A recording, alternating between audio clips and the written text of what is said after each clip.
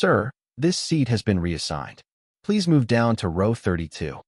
Victoria's cold voice echoed through business class on flight 417 at 11:24 a.m. The reason? This 7-foot, one giant's old gray sweats did not fit the image of a white VIP passenger who checked in late. They did not know this giant in the narrow aisle was Shaquille O'Neal, an NBA legend, with a PhD and massive wealth. He was here simply because he wanted a quiet flight to Newark. The decision to kick him out of his VIP seat sparked a silent battle. Facing cruel, unwritten rules and deep class bias, will this giant back down? What happens when his powerful black card accidentally falls and the crew realizes who they just angered? The seatbelt sign blinked off. Shaq bent his huge frame to fit through the narrow aisle of the Boeing 737. His shoulders brushed both armrests at once. His knees ached from folding into a space too small for him.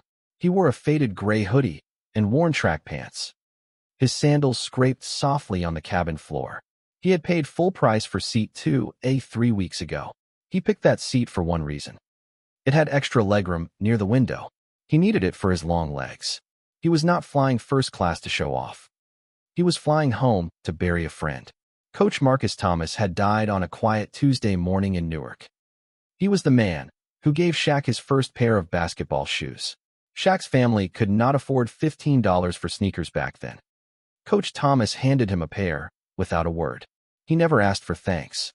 Shaq never forgot it. Shaq could have flown on a private jet. He owned one, but he chose this flight instead. He wanted no fanfare, no driver, no crowd. He wanted to slip into Newark like any other passenger and say goodbye to the man who shaped his life. He folded himself into seat 2A and let out a slow breath. The seat was tight, but workable. He closed his eyes and thought about Coach Thomas's gym. The squeaky floor, the smell of old rubber, the sound of a whistle at 6 in the morning.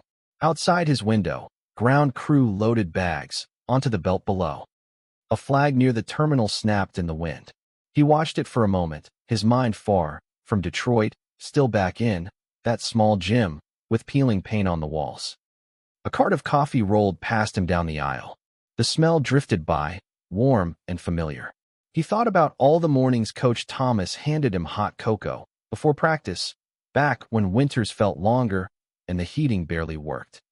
He pulled his hood up slightly, not to hide, but out of habit. Tall men learn early to take up less space than they need. He had spent 30 years folding his body into rooms built for someone much smaller. That piece lasted 4 minutes. A woman in a sharp navy uniform stopped beside his row. Her name tag read Victoria Vance, lead flight attendant. Her lips were pressed into a thin, practiced smile. Her eyes studied his sweatshirt the way someone studies a stain on a clean shirt. "Sir," she said, "I'm going to need you to move." Shaq looked up calmly. "Move where?" "Row 32. There's been a reassignment." Her tone was flat, rehearsed, final. Shaq did not argue. He had learned long ago that loud men lose more than they win. He simply asked, "Can I ask why?" Victoria's smile tightened. "A VIP client requires this seat. Company policy allows reassignment for premium guests." Behind her, a man in a tailored gray suit stood waiting. His shoes alone cost more than most people's monthly rent. His name was Sterling DuPont, a private equity director used to getting whatever he pointed at. He checked in 15 minutes late and expected the world to wait. Sterling glanced at Shaq once, the way someone glances at furniture blocking a doorway. He said nothing. He did not need to. Victoria's actions spoke loud enough for him. Shaq stood, gathered his old backpack, and walked toward the back of the plane. He did not raise his voice. He did not mention his name. He simply walked, bending lower with every row, until he reached seat 32C, pressed against the rear galley wall. A few passengers glanced up as he passed, then looked back down at their phones. No one offered him a hand. No one asked if he was all right. He had grown used to this kind of silence. Over the years, the kind that says more than words ever could.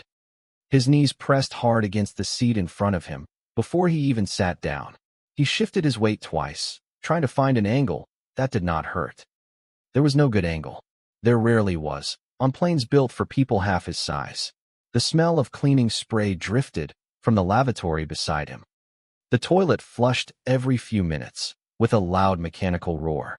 His knees jammed against the seat in front of him. Every time he shifted, the whole row shook. A young flight attendant rushed over to help him stow his bag. Her name tag read Clara Jenkins. She looked exhausted, with dark circles under her eyes. She had started her shift at 2 in the morning. She tried to lift his heavy backpack into the overhead bin, but her arms shook from fatigue. Shaq reached up gently and took the bag from her hands. "I got it," he said softly. "You don't have to strain yourself for me." Clara managed a tired smile.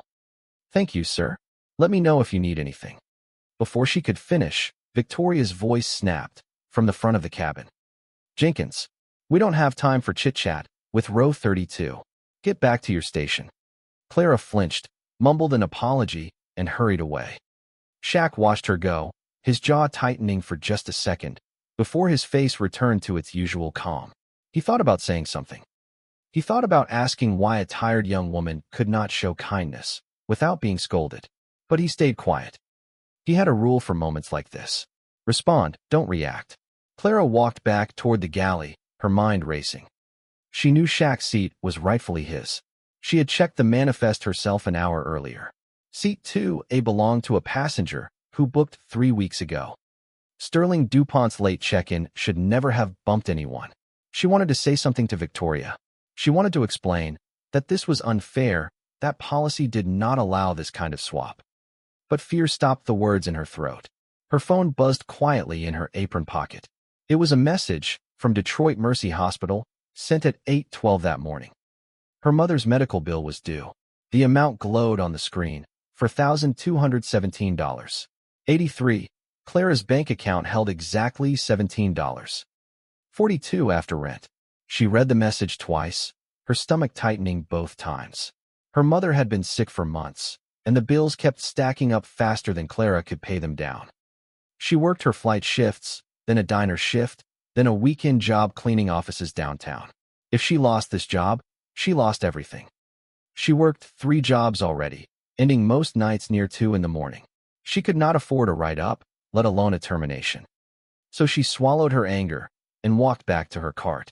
She glanced once more toward row 32, where the giant man sat folded against the wall. Guilt sat heavy in her chest. She wanted to fix what had happened to him. She just did not know how, not without risking everything she had left. In row 32, Shaq noticed the struggle on Clara's face when she passed again. He saw the same look his own mother used to wear, back in Newark, back when bills came faster than paychecks. He decided right then, he would not use his name to fix this. Not yet. He wanted to see how far the unfairness would stretch on its own. Beside him in seat 32B sat an elderly woman named Beatrice. She held a small wooden box on her lap, wrapped tightly in both arms. Inside it were her late husband's letters and his old pocket watch. She did not know who Shaq was. She only saw a giant man folding himself into too small a space. "You're a big fellow," she said kindly. "Bless your knees." Shaq chuckled, the first real smile since boarding.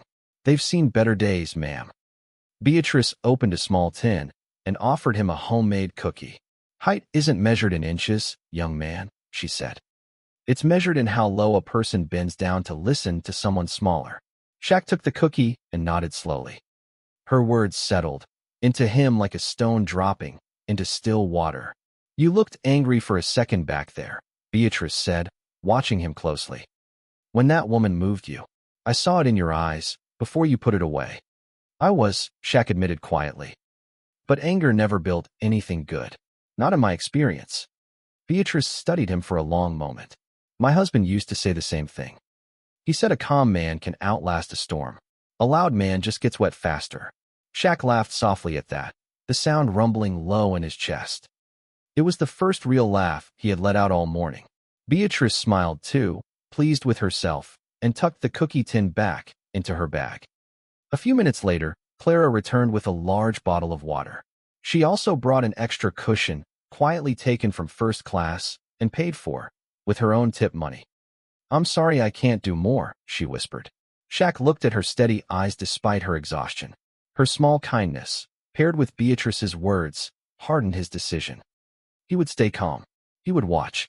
He would let the truth reveal itself when the moment was right. The plane sat on the runway for 52 minutes, delayed by storms over Newark. The airline cut the air conditioning in economy to save fuel. The cabin grew hot and heavy. Passengers fanned themselves with safety cards and napkins. Up in business class, Sterling DuPont complained that the noise and smell from coach disturbed his work. He demanded Victoria seal the curtain between the cabins. He wanted full air conditioning kept only for his section. Victoria agreed without hesitation, ignoring the more than 100 passengers sweating in the back. A small boy in row 33 began to cry from the heat. His mother fanned him with a magazine, her face damp with worry. Sweat rolled down the back of Shaq's neck. The hot air sat heavy in the cabin, thick enough to taste. An older man near the window loosened his collar and closed his eyes, trying to ignore the discomfort building around him. Shaq watched the small boy's face turn red and damp. He remembered summers in Newark, with no air conditioning at all. Just an open window and a fan that barely moved the heat around the room. He reached for an old magazine of his own. He folded it gently and began fanning the crying boy himself, his huge hand moving in slow, steady waves. He kept this up for nearly 30 minutes, never once complaining about his own discomfort. Clara noticed his quiet kindness from across the aisle and felt something shift inside her. She decided she could not stay silent any longer. She walked to the galley, where Victoria stood checking her phone. "Can we please turn the air back on for Coach?" Clara asked. "There's a child overheating back there." Victoria looked up slowly, her eyes cold as ice. "Jenkins, the first lesson in this industry is knowing who pays your salary. Coach brings revenue. First class brings profit. Don't make me repeat that again." Before Clara could respond, Sterling stormed into the galley, his tablet slipping from his hands and skidding across the floor toward Clara's feet. He shouted that she had tripped him on purpose, his face red with anger. "You did that on purpose," Sterling snapped, pointing a finger at her. "I saw your foot move. People like you always try to slow things down." Clara stepped back, her hands raised slightly. "Sir, I never touched you. I was standing right here the whole time." "Don't lie to me," Sterling shot back, his voice rising. "I'll have you fired before this plane even lands. Watch how fast that happens." Victoria said nothing in Clara's defense, her arms crossed, her eyes flicking nervously between the two of them. She seemed more worried about Sterling's comfort than about the fear written across Clara's face. At that exact moment, Shaq stood from his seat to use the restroom and saw the entire scene unfold. He stepped forward, his massive frame blocking Sterling's view, and calmly picked up the fallen tablet. He handed it back, without a single word, his face unreadable.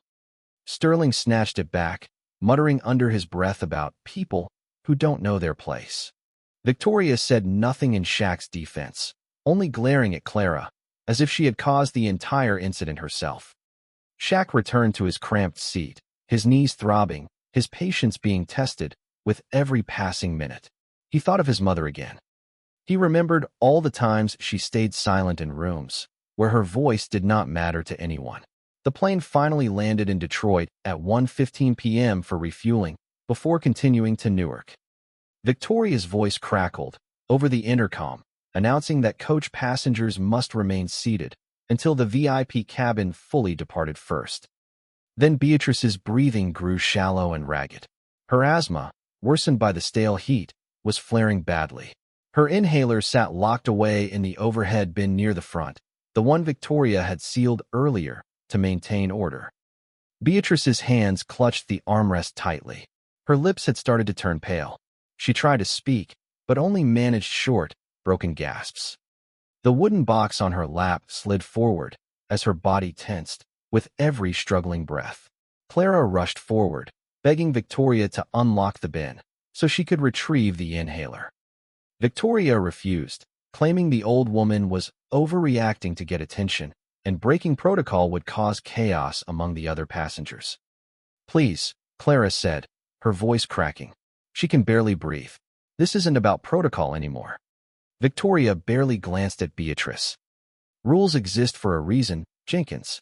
We can't just open things because someone is uncomfortable." This was the darkest moment of the flight. A cruel, rigid system was now threatening someone's actual safety. Clara's hands trembled as she tried to think of another way to help the gasping woman beside her. Shaq rose to his feet without a word. His full height straightened in the narrow cabin, and the pressure of his presence alone made Victoria step back instinctively. Sterling, standing nearby, suddenly looked very small. Rather than raising his voice, Shaq moved past the curtain divider with quiet, deliberate steps. He reached the locked overhead bin and pulled it open, with one steady motion, the metal latch snapping under his strength. He retrieved Beatrice's bag and handed the inhaler directly to Clara, who rushed it to the gasping woman within seconds. Beatrice's breathing slowly steadied as she took 2 careful puffs, her hands shaking against the small device. Victoria's face turned crimson with fury. "That's it. I'm calling airport security. You just violated federal flight regulations and interfered with crew duties." Sterling smirked beside her, muttering that Shaq was nothing but an uneducated troublemaker playing hero. "You don't know who you're talking to," Clara said suddenly, her voice shaking but firm. Victoria turned sharply, surprised that the quiet young attendant had spoken at all. "Excuse me," Victoria snapped. "Stay out of this, Jenkins, unless you want to join him in trouble." Clara pressed her lips together and stepped back, fear winning over her courage for just a moment. But she kept her eyes locked on Shaq, silently hoping he had some way out of what was happening. Shaq turned to face Victoria directly, his expression calm but unwavering. He reached into his hoodie pocket and pulled out a worn leather wallet. From it, he removed a scratched black metal card along with his passport, placing both gently on the service tray. "Scan this," he said quietly, "before you call anyone." Victoria grabbed the card, certain it was a cheap fake meant to intimidate her. She marched to the service terminal near the galley and swiped it through the reader, her jaw tight with confidence. The screen flashed red instantly, far beyond a normal passenger alert. Bold letters appeared across the display: board member, 15% shareholder, Dr. Shaquille O'Neal. Beneath it, another line read, lifetime honorary guest. All requests must be handled personally by senior executive staff. Victoria stared at the screen for several seconds, certain she had misread it. She blinked twice, leaned closer, and read it again. The words did not change. Her stomach dropped as the full weight of the situation settled over her. Clara, standing close enough to see the screen, froze completely. She suddenly understood who had been folded into seat 32C this entire flight, quietly fanning a stranger's crying child and absorbing every insult without complaint. The giant beside her was Shaquille O'Neal, the very man whose $50 million investment had saved this airline from bankruptcy just 1 year earlier. Every memory of his patience now made perfect, painful sense to her. She thought back to the moment he calmly handed Sterling his tablet, the moment he fanned a stranger's child for half an hour without complaint. None of it had been weakness. It had all been restraint, chosen on purpose. Victoria's hands shook violently around the small scanner. Her confident posture crumbled into something brittle and afraid. The color drained from her face as the weight of her own words echoed back at her. She thought about every sharp comment she had made that morning, every order she had given, without a second thought. Each one now felt like a stone dropped into a pond, the ripples spreading further than she ever imagined. The aircraft door opened at the gate. 2 airport security officers stepped into the cramped business cabin, summoned earlier by Victoria's own call. Sterling, still unaware of the truth, pointed eagerly toward Shaq. The officers exchanged a quick glance, unsure why they had been called for what looked like a calm, seated passenger. One of them rested a hand near his radio, waiting for someone to explain the actual emergency. "Arrest him," Sterling barked. "He threatened all of us back there." Victoria stood frozen, the scanner trembling in her grip. She tried to signal the officers to stop, but no sound escaped her tightened throat. Other passengers had already begun recording everything on their phones. One officer stepped closer to Victoria, asking quietly what exactly had happened. She opened her mouth twice, but nothing useful came out. Her earlier confidence had completely disappeared, replaced by a stunned, silent panic. Shaq remained seated, his eyes closed, his breathing slow, and even, as if the chaos around him belonged to someone else's storm entirely. His silence now carried more weight than any shout ever could. A well-dressed man rushed through the gate door, pushing past the gathering crowd. It was Gregory Harris, CEO of Aero Vanguard Airlines, attending a conference nearby, and alerted the moment the alarm triggered on Shaq's account. His tie was loosened, his breathing quick from running through the terminal. He had left his conference panel mid-sentence the moment his phone buzzed with the alert. Few things pulled him away from a stage faster than a board member's name. Gregory walked past Victoria, without a glance, past a confused Sterling, straight to where Shaq sat. He bent forward in a deep, respectful bow. "Dr. O'Neal, I am deeply sorry. What happened here is unacceptable." Shaq opened his eyes slowly and studied Gregory for a moment before speaking. "It's not me you should be apologizing to first," he said quietly, nodding toward Clara and Beatrice. "Start there." Gregory turned immediately, his face softening, as he addressed the two women directly. "Ma'am, miss, I am so sorry for what you both went through today. This will be made right," Sterling stammered, insisting he was a frequent VIP client, deserving special treatment regardless of the situation. Gregory cut him off sharply. "Your VIP status ends right now. This airline does not serve people who measure others by their wallets." Victoria dropped to her knees on the cabin floor, sobbing apologies that came too late to matter. Shaq did not look at her once. His silence was its own quiet verdict, heavier than any words he could have chosen. Other passengers stayed quiet too, watching the scene with wide eyes. No one cheered. No one laughed at Victoria's collapse. The cabin felt strangely still, like everyone understood something important had just shifted in the air. Clara stood frozen near the galley, unsure what would happen next. She had defended a stranger and challenged her supervisor openly. She wondered if her job, and everything riding on it, had just ended for good. Gregory turned to address the cabin. He announced that Victoria Vance and the entire VIP cabin crew were terminated immediately. Their actions had violated the company's core values and showed blatant discrimination toward a paying passenger. He then turned to Clara, his expression softening. "Ms. Jenkins, your courage today did not go unnoticed. Effective immediately, you are promoted to cabin service supervisor for our Detroit division, with a salary increase to match." Clara's eyes filled with tears she had been holding back all flight. The raise meant she could finally stop working 3 jobs just to survive. She could finally breathe, without checking her bank balance every hour. Before stepping off the plane, Shaq paused in front of Clara one last time. He still did not announce his name, or seek any praise for what had happened. He simply offered her a warm, quiet smile. He handed her the small paper envelope Beatrice had used earlier to hold her homemade cookies. Inside was a personal check written by Shaquille O'Neal himself for exactly $4,217.83, matching her mother's hospital bill to the cent. A short note was scrawled across a folded napkin tucked beside the check. It read simply, "For the girl with the golden heart. Take care of your mother. Dignity is free." Clara opened the envelope slowly, her hands trembling, as she read the numbers and the note again and again. Tears blurred her vision, and she had to read the check 3 times before the amount fully registered.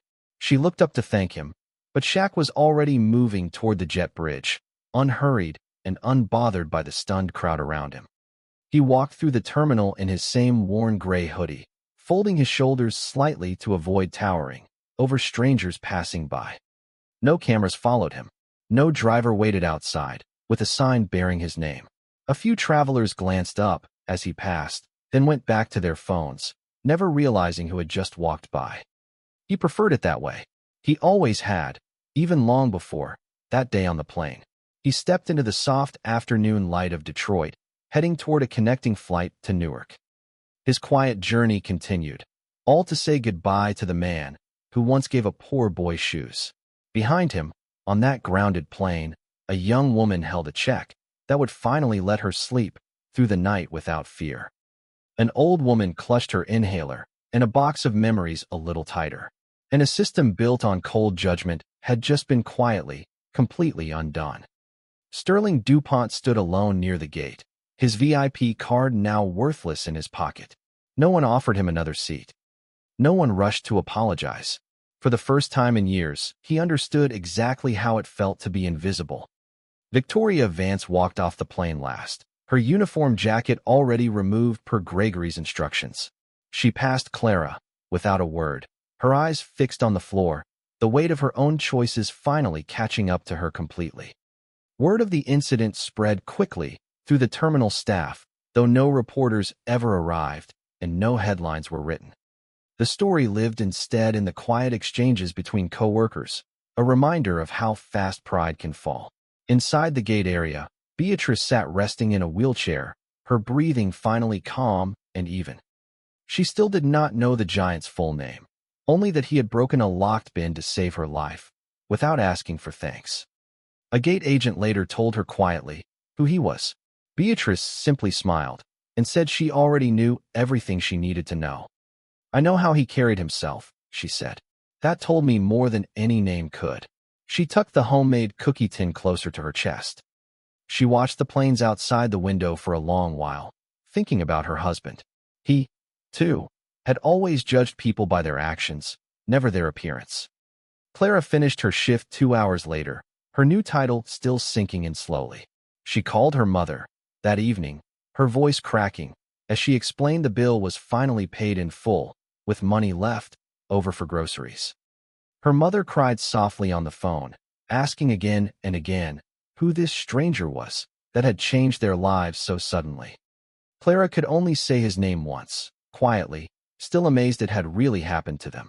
That night, Shaq sat in a small hotel room near Newark Airport, his suitcase still unpacked, his thoughts already on tomorrow's funeral. He thought briefly about the flight, about Clara's tired eyes, about Beatrice's wise words. He sat by the window for a long time, watching the runway lights blink in the distance. The room was quiet except for the hum of the air conditioner. He thought about how strange it was that the loudest lesson of the day had come from total silence. He did not feel proud about exposing his identity. He felt only relief that a young woman would sleep easier and an old woman would breathe safer. That, to him, mattered far more than any headline ever could. The next morning, he stood quietly at the back of a small Newark church, away from the front pews, away from attention. He watched Coach Thomas's casket pass by, remembering the first pair of shoes a stranger once gave a boy with nothing. The church smelled of old wood and candle wax. An organ played softly in the background. A few former players from the old neighborhood team sat scattered through the pews, gray now, but still recognizable from decades ago. After the service, he walked the same cracked sidewalks he grew up on. He passed the gym, where Coach Thomas once blew his whistle every morning at 6. The building looked smaller now, weathered by time, but the memory inside it had not faded. A faded sign still hung above the door, the paint chipped and peeling. He stood there for several minutes, his hands in his pockets. He remembered the squeak of sneakers and the sound of a basketball hitting a worn wooden floor. He thought about Clara again, about how close fear had come to silencing her kindness completely. He thought about how easily systems built on status could crush people who had nothing but their decency to offer. Back in Detroit, Clara started her new role the following week. She trained new flight attendants on the very values that had been violated against her just days earlier. She made sure every new hire understood one simple rule above all else. Her training sessions were short and direct. She spoke from memory, not from a manual. She told new hires about a flight where a quiet passenger taught an entire crew more about decency than any handbook ever could. Every passenger deserved respect, regardless of their clothing, their seat number, or the size of their wallet.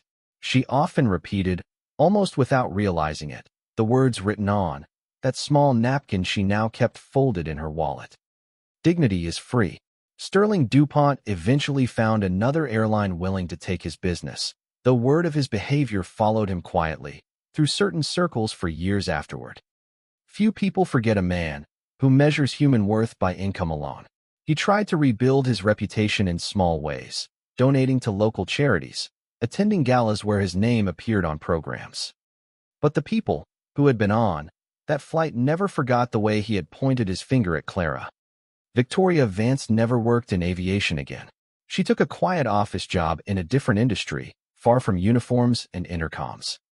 She carried with her the lesson she learned far too late in that narrow cabin aisle. She thought often about that day, replaying the moment she refused to open the overhead bin. She wondered how different things might have gone if she had simply chosen kindness first, before rules, before fear of losing her own position. Gregory Harris used the incident, without naming names publicly, to rewrite the airline's training program from top to bottom. Every new employee now studied a simple principle drilled into every session without exception. He held a meeting with senior staff the following month, explaining that policies meant nothing if they crushed basic human decency along the way. He wanted every employee, from gate agents to pilots, to understand that lesson clearly. Treat every passenger the same, whether they wear a designer suit or a faded gray hoodie. You never truly know who is sitting in front of you, and you never know what quiet strength they carry inside. Months later, Beatrice mailed a small package to Aero Vanguard's Detroit office, addressed simply to the gentle giant. Inside was a tin of homemade cookies and a short handwritten note thanking him for his kindness on that long, difficult flight. She wrote that her grandson had read about kindness in school that week. She wanted to give him a real example instead of just a lesson from a textbook. She hoped the cookies would arrive fresh, though she doubted it. The package eventually reached Shaq through his foundation's office, and he smiled quietly when he read her familiar words once more. Height isn't measured in inches. It's measured in how low a person bends down to listen. He kept her note pinned above his desk, a small reminder tucked among trophies and photographs far more famous than a folded paper napkin. Some lessons, he had learned, mattered more than any championship ring ever could. Clara kept working hard, rising steadily through the company over the following year. She never forgot the fear she once felt holding a phone with a hospital bill she could not pay. She never forgot the man who quietly fixed it without asking for credit. Her mother recovered fully within a few months, the medical bills finally behind them. Clara visited her every Sunday, bringing groceries instead of worry, finally able to breathe, without checking her bank balance every single hour. Those Sunday visits became the highlight of her week. She would sit with her mother on the porch, sharing small stories about work. She never once mentioned the famous name behind the gift. That changed everything. She often told new hires a simple story, leaving out the famous name, focusing instead on the lesson hidden inside it. A tired young woman showed kindness to a stranger, and that small kindness eventually changed her entire life. The flight number 417 became, in a quiet way, a turning point for everyone aboard that day. A passenger learned humility came easily to a man with nothing left to prove. A crew learned that judgment built on appearance always collapses eventually. And somewhere in Newark, a basketball gym stood a little quieter that week. Its old wooden floor remembered the footsteps of a boy who once needed shoes. It also remembered the man he became, because someone simply chose to be kind first. The story of that flight never made the evening news. There were no cameras waiting at the gate, no press conference held in a hotel ballroom. It lived only in the people who were there, in the quiet way truth has of teaching its sharpest lessons, without ever raising its voice. Years from now, when Clara trains another tired young attendant working her third job just to get by, she will repeat the same simple words. Words that changed everything for her. Dignity is free. Kindness costs nothing. And the biggest man in any room is rarely the loudest one in it.